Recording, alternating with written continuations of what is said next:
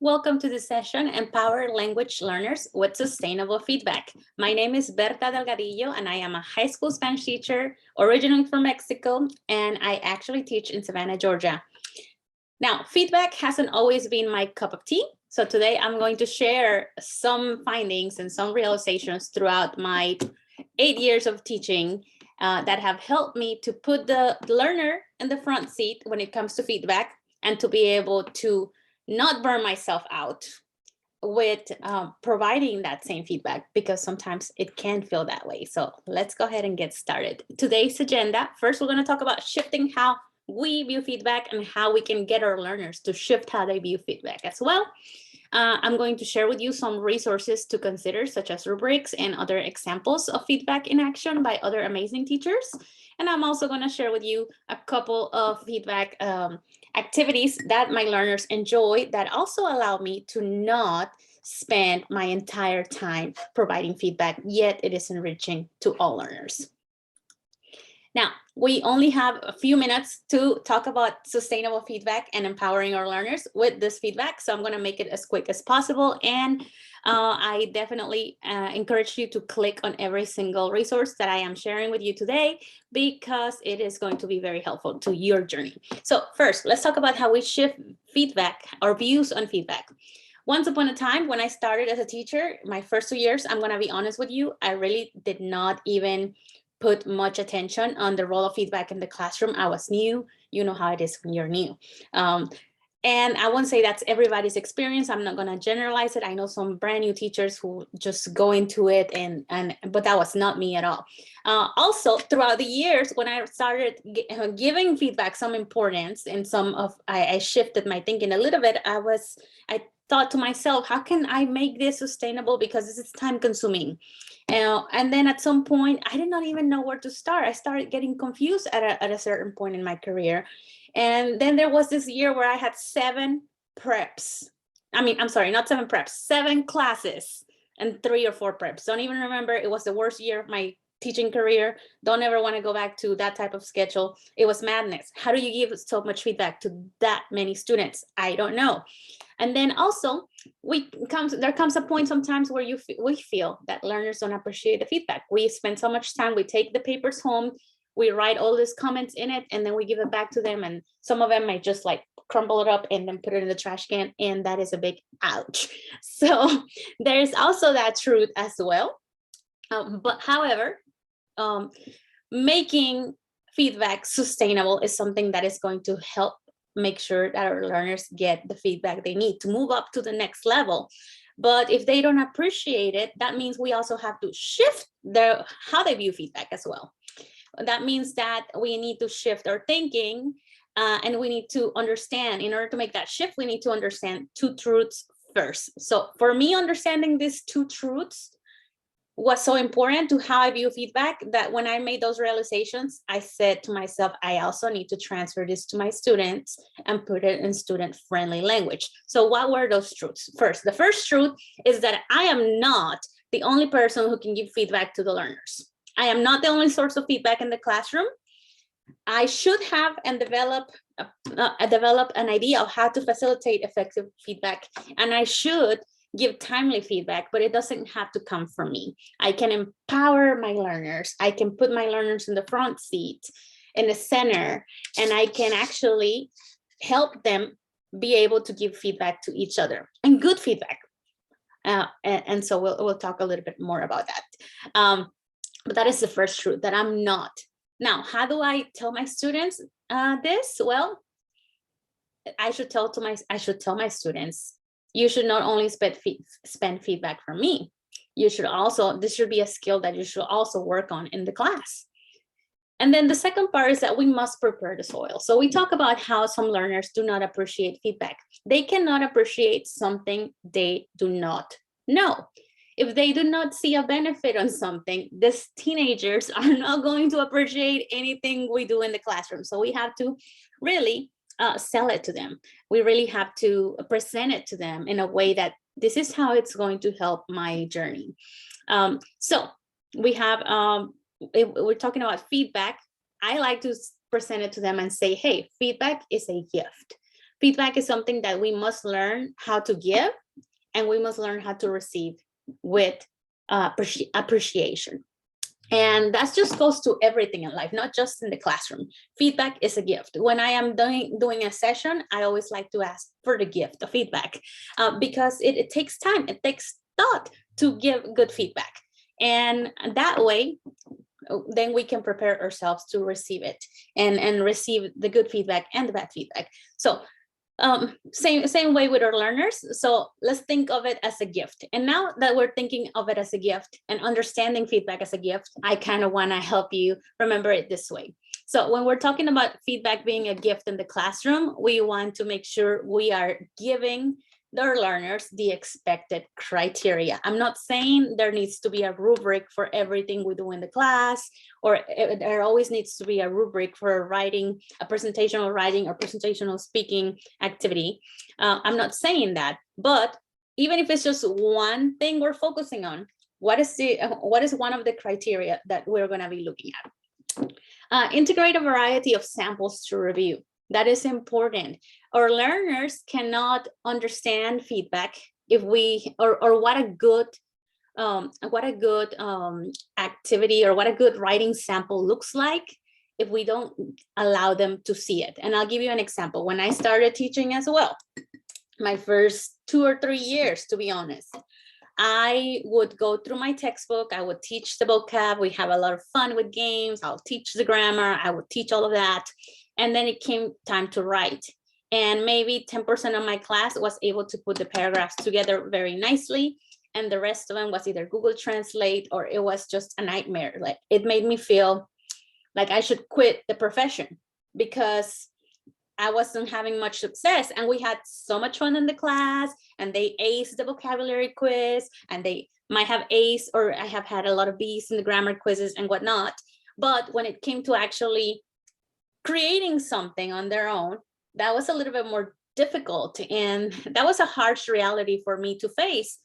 And I realized at that moment that the reason why they were not writing well, it's because I never modeled writing for them.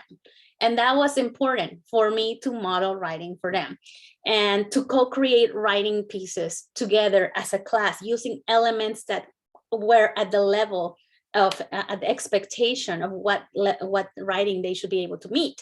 So we want to make sure we integrate a variety of samples to review, whether that's other good writing samples from other students, or whether that's we are co-creating writing together, or the teacher is writing a paragraph and modeling a specific, like descriptive writing, so that then they can do their own and personalize their own, etc. We also want to make sure that when we talk about feedback, we find ways to differentiate it. As I mentioned earlier, it doesn't have to come from you only. You can even make feedback into a very, very fun and engaging and effective game. So also consider that it needs to be timely and always present. So we make it the norm, it's gonna be part of the class. As everything else, as maybe social emotional learning, part of the class now, or your do now activities, or anything else that you want to make it part of the class, integrating comprehensible input, whatever, like make it it's in there, it's part of the class. Okay, so how can we make feedback the most valuable gift? Well, it needs to be student-centered. Again, putting the student in the center. And what a better way to put the student in the center if we pour everything we have on those students, and as far as like feedback is concerned, and then allow them to voice their feedback to their classmates in a peer feedback, or to feedback to themselves. Then we also want to make sure we provide this feedback in different ways. Like I said, we can even gamify it, take it to a whole other level. We can make it focus on, or holistic, because there are different types of rubrics like that as well. And that's something we need to consider. And timely. We know that research says that, once a paper has been gone for a long time, for a couple of days, I don't remember the exact number of days, then when we give it back to students, if it's been after X many days, they don't even remember. It's not going to have the same effect. It needs to be ongoing. Every opportunity can provide some feedback, not to every student specifically, but maybe in this activity, I'm going to provide feedback to 5, 6, and in this next activity, I'm going to provide feedback, or the next day, I'm going to provide feedback to other students. But, I'm always constantly, checking in with my learners to give them something, some sort of feedback. And then it needs to be actionable. So what? The teacher told me this, so what now? And that's kind of how I see actionable. Can they do something once I give them feedback? Now, let's talk about the next part of the presentation, resources to consider, rubrics. This is something that would be necessary to provide a more in-depth feedback. However, it is not necessary to give feedback. So if you want to provide in-depth feedback, then yes, I suggest a rubric, but you don't have to have the whole rubric. Maybe you want to focus on one thing. So let's talk about, okay, maybe your class is a level 2 and we're looking at a presentational sample and it's a novice high example. So maybe I want to pick one of these things to focus and zoom in together as a class, and then maybe provide the learners with an opportunity to inspect each other's writing and maybe say something about that. So we have different rubrics, and we have the comprehensible classroom rubrics, performance targets by Martina Vex. And I'm sure you probably already have these because she's had them out there for a while. If you don't have them, they are free. You can go download them. They are wonderful. I know they were made in collaboration with other people, so they are amazing. And there are for different performance descriptors. And according to different proficiency guidelines. So we have also the powerful rubrics from Ohio Department of Education. They have really a lot of in-depth information about rubrics that you can go check out if you want to see different, if you want to see the difference between like focus and holistic. They have excellent ones there. And then they have the rubrics in the book, Implementing Integrated Performance Assessments, which is a publication by ACFL.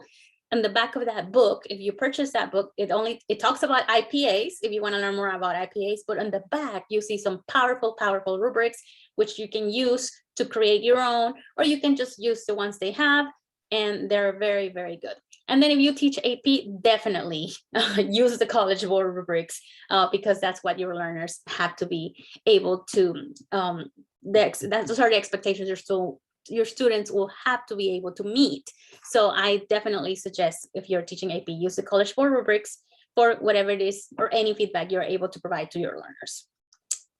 Okay, so we talk about those rubrics because to give feedback, we want to make sure, if we want to give in-depth feedback, we pull from some rubrics. But again, you don't have to have the rubrics if you don't want to. You can just focus on one little thing, and I'll develop a little bit more on that. So here we have some examples, and these are 2 separate examples. This is an AP example, and this is actually a lower level example. So this is from Megan Butke. I want to give her a huge shout out because she taught me a lot of what I know about feedback. She shared with me many of her wonderful strategies. So I'm very grateful to her for that. And she shares so much online. So if you see in this presentation, you can click on this picture and it will take you to this tweet where she's actually sharing more, and she's sharing some of the rubrics in the tweet. So I totally want to invite you to click in there and go to her tweet and look through the comments, because she has shared a link for some of these rubrics.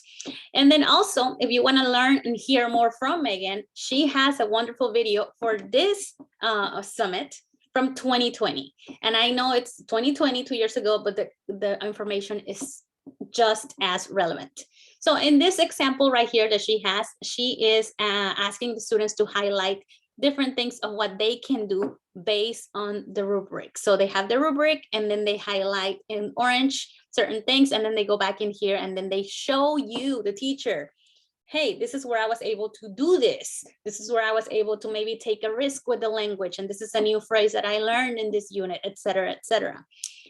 In this other example, we have three different criteria that was selected. So the language function, text type, and impact.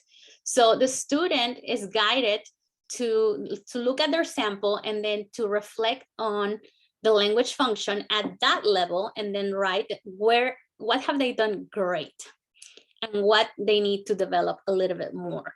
And not only that, there's a second part to this rubric that's not in these pictures, where Megan and her rubric collaborators have brainstormed some questions to guide the students' thinking so that they can write in there. So that is a wonderful, wonderful ways. There are two wonderful ways to empower the learners to do some self-reflection and provide some feedback to themselves. And then when you look at these papers, you can go back and you can agree and disagree with your learners, as opposed to having to give the feedback all on your own. And then this other one right here, we have the criteria in here. And this is for AP, and then the student just have to think about, like, was I able to do this consistently, or do I just, mine is so great. And then you have the criteria broken down, and also the comments that the teachers usually give. What are the comments you usually give? And I know it's kind of hard to think about the comments that I normally give first before I even put them in there. Are they comments that are good feedback? So, and then we narrow it down and we bring it in here. Here's what went well, that what we can say to the learners. We don't have to write it down, it's already there. And then here is what are some recommendations. Now, this one is also free, and it is an example by Bethany Drew. She is incredible, amazing. Shout out to Bethany. And she is in Aventuras Nuevas, her blog post, which I have linked in here, so you can get access to this rubric that she shares on her blog. So something important and a pause I want to make here is that when we are having, maybe we're having a feedback discussion, or maybe we're doing a whole class hot seat feedback session. Anytime we want to empower our learners to give themselves feedback or to give other people feedback, it's an opportunity for a social emotional learning activity, and an opportunity. More than activity, it's an opportunity. The impact of my words, the delivery of my words, and to consider that. So that is very important. When we are going to show students how to give feedback to others, we have to model ourselves how to give feedback. Maybe not directed at the student per se, especially where my rule of thumb is like, if I'm going to say something that they need to grow and do better at, I'm probably going to say, well, the writing, instead of say you. Now, if I'm saying something that they did wonderfully, I can either say your writing sample or you, and that, because I want to lift them up. But if I am going to say something that needs development, then I'm probably going to say the writing could have used, or your speaking sample could have, instead of like you. That little things like that. So we want to make sure, and we always say, hey, is the comment going to be hurtful? We don't want any comments to be hurtful, but we do want the comments to be helpful. So now, keeping that in mind, variations to make feedback timely, painless, and effective. So we can give whole class feedback. And one way that I love to give whole class feedback is through a hot seat session. And I will talk a little bit more about that. Then we can do peer feedback, where students provide feedback to each other, or they provide feedback to themselves and then to each other. Or we could do like speed dating feedback activities as well. And we can do individual feedback through having themselves rate their work, or self-reflect on their own work, and something like the glow and grow model that I share with you from Megan Butke. So we want to make sure that we do feedback in the hot seat model. That is one of my favorite ones, because it's really, really helpful to all the classes. I introduce a task for the first time. I have them in groups of 3 or 4, and then we read over the criteria as a class. So maybe it's just one thing we're focusing on, or maybe we're focusing on the whole rubric, which I normally don't like to focus on the whole rubric. If I focus, I might focus on like 2 or 3 aspects of the rubric. And then I give learners a few minutes to rate one sample, or to discuss, the glows and grows for each sample, and then have them defend their feedback thoughts, give them some time to articulate more, and then invite them to give feedback based on a rubric.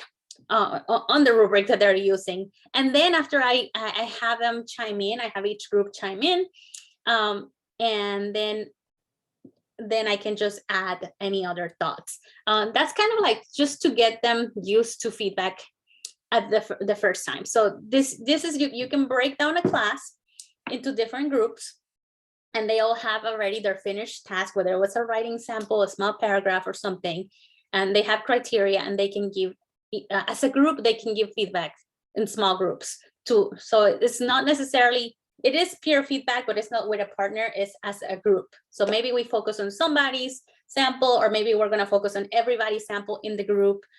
There's a lot of flexibility with this activity, and it's a wonderful activity that you can start with really as soon as you have them writing a couple of sentences, a small paragraph, you can start this activity. So you can start it, you know, if like maybe second semester of level 1, if they are already writing like small paragraphs. And this is something that is so helpful for when they get to AP. As an AP teacher, I appreciate having these activities with lower levels. And then we have this other one, which is the hot seat. And this is one where I asked the learner. So let's say we had a test, and the test was a presentational writing activity.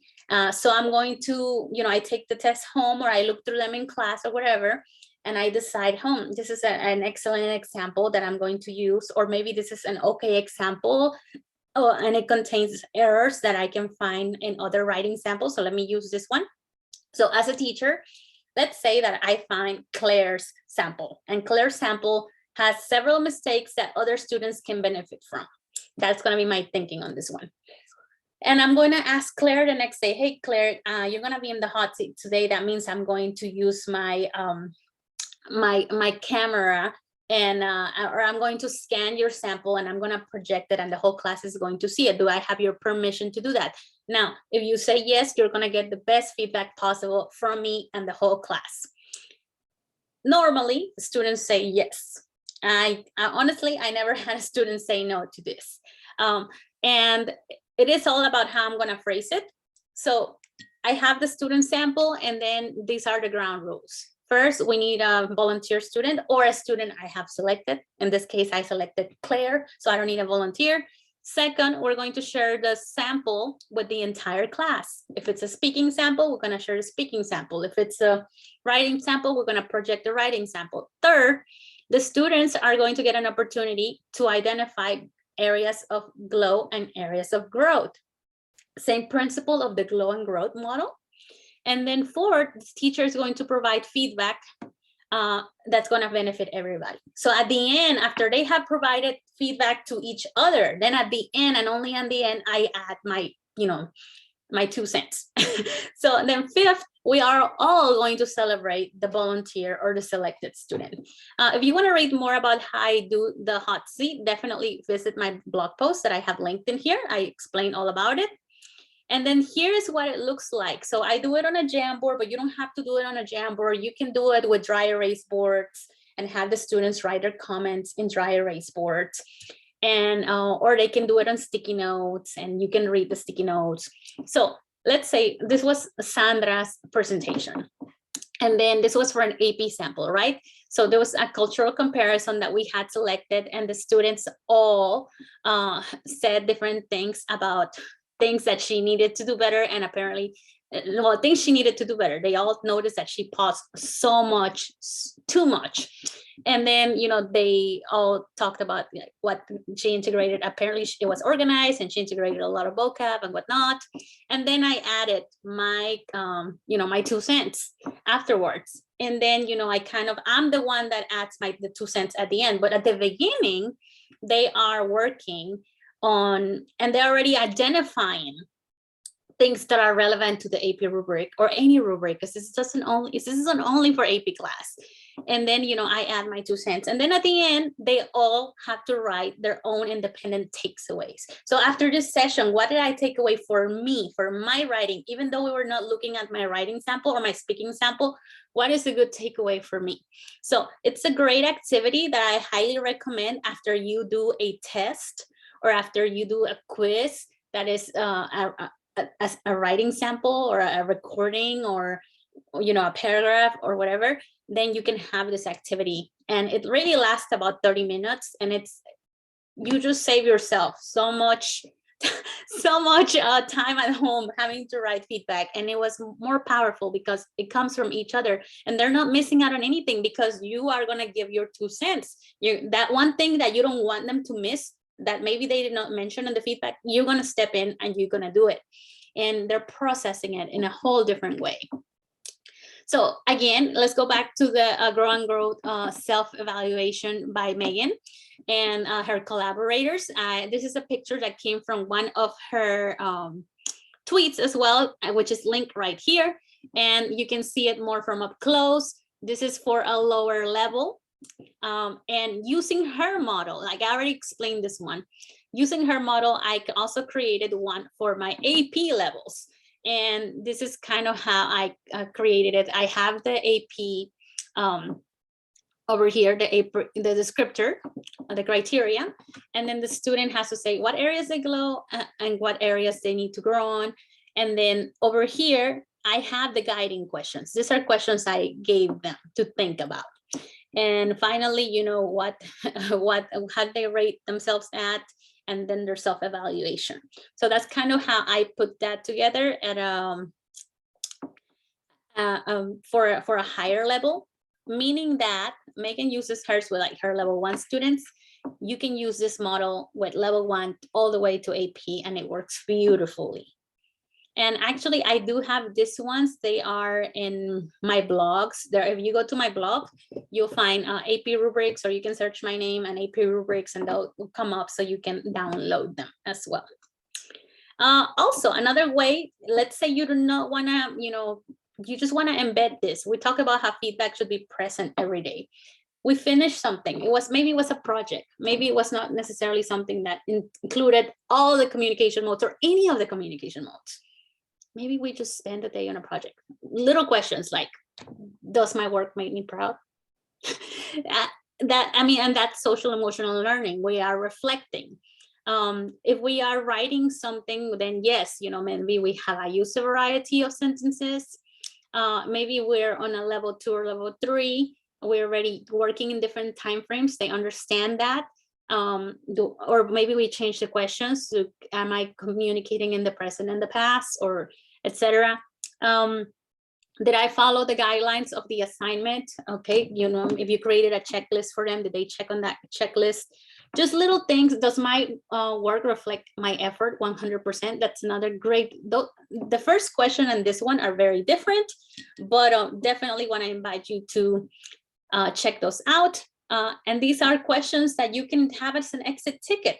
And that's a way to, and you can discuss these questions, and you can add your 2 cents, and you're still providing some type of feedback. So I hope the session has been useful to you. I would like to invite you to complete the sentence. After watching the session, I will consider adding opportunities for feedback by, and then if you do it on Twitter, definitely tag me at Profe Delgadillo, or Instagram, you can find me as Profesora Delgadillo. And then also I have some freebies to share with you. I have a newsletter where I try to write to the people who are subscribed to my newsletter every week. Sometimes I do every 2 weeks if things are too crazy. Usually my newsletter is more directed to Spanish teachers, but I do share a lot of things, and I do have teachers of other languages who follow me on my newsletter still, because I do share news for world language teachers all the time, but my resources are mainly geared for Spanish teachers. But sometimes I make things like this that could be used for any you know, French or German or other languages as well, and ideas, of course. So if you want to get this one, which is a goal setting activity for the beginning of the year and a level up template, definitely click here, and then you'll be automatically added to my list, and you can get all my news. And if you want to connect with me, I want to invite you to do so here. And it's been a great time chatting with you about sustainable feedback with your learners in your classroom. I hope this has been helpful to you. Take much care, and I will see you soon.